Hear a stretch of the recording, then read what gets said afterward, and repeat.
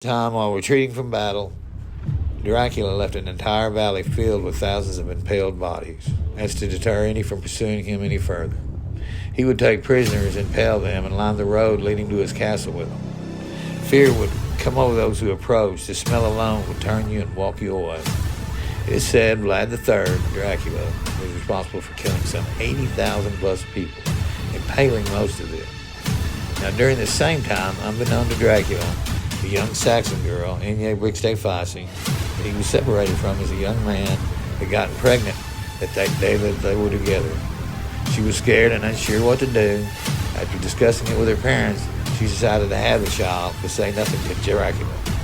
She went on to have a healthy baby boy. His name was Eduardo Briksday-Fossey. Enya loved that boy and gave him enough love for three families.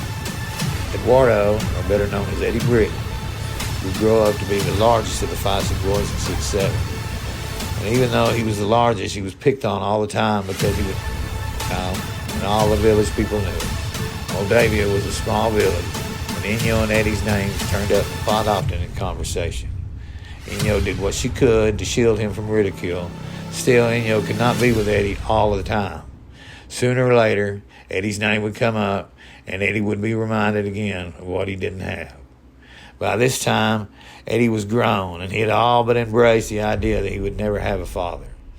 It had been 19 years Eddie was kept a secret, and Enya had made up her mind